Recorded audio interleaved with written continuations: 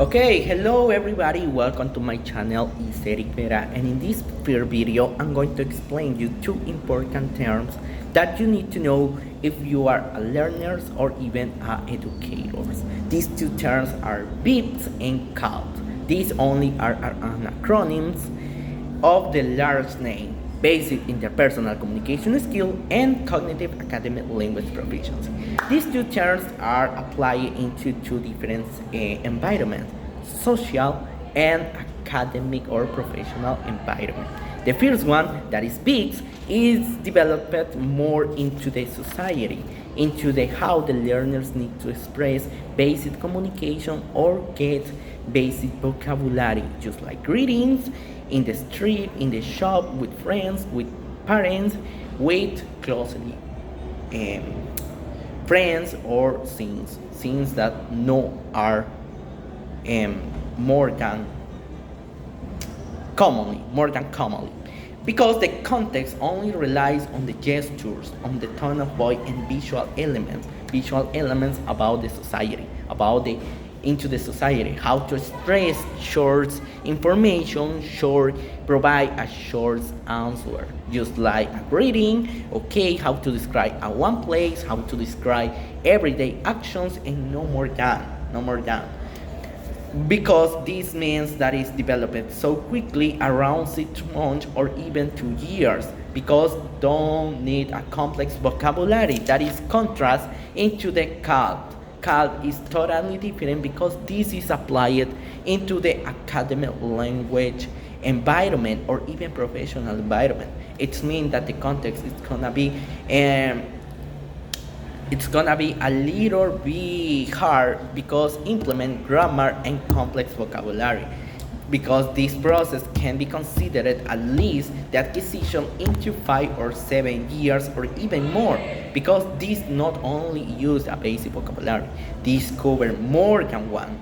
This can be cover a complex grammar, and it's developed into those one academic environment. But for now, what are the common difference into those different terms? Where in Bips is social, is contextual, it's social, more say social, and relies on elements just like image, gesture, and tone of voice. It's try to cue the element and provide an answer, but no necessarily could be right, maybe contain mistakes, but is rapid, quickly acquired. In contrast to the Calp, Calp is developed into the academic setting, cover an abstract vocabulary and abstract concept, and can be lengthy into the development because can be covered more than 1 year and is divided into steps. But why is important as a learner or even teacher to recognize those elements? Well, the reason is important is to identify the need of the learners. If the learners can or wanna only learn basic communication, okay, we are going to apply the big skills or big strategies, and that can be different into the Calp, because if you need to promote more quality and engagement into the learners, you need to apply Calp.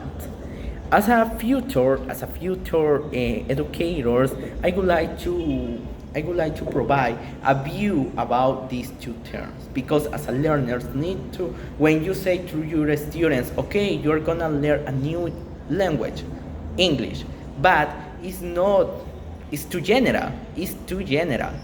But when you separate the things, use like into levels, into terms, into commonly, into the basic to more complex things, this is a good idea into the communicative language teaching, because you can apply certain strategies just like the role play, but role play can be covered into the elements, into the rely on the context, okay, the context. If you want to learn so commonly phrases, okay, we are going to work with big concept. But if you wanna get a critical thinking into your students or try to practice a complex grammar, it's more necessary to apply Calp.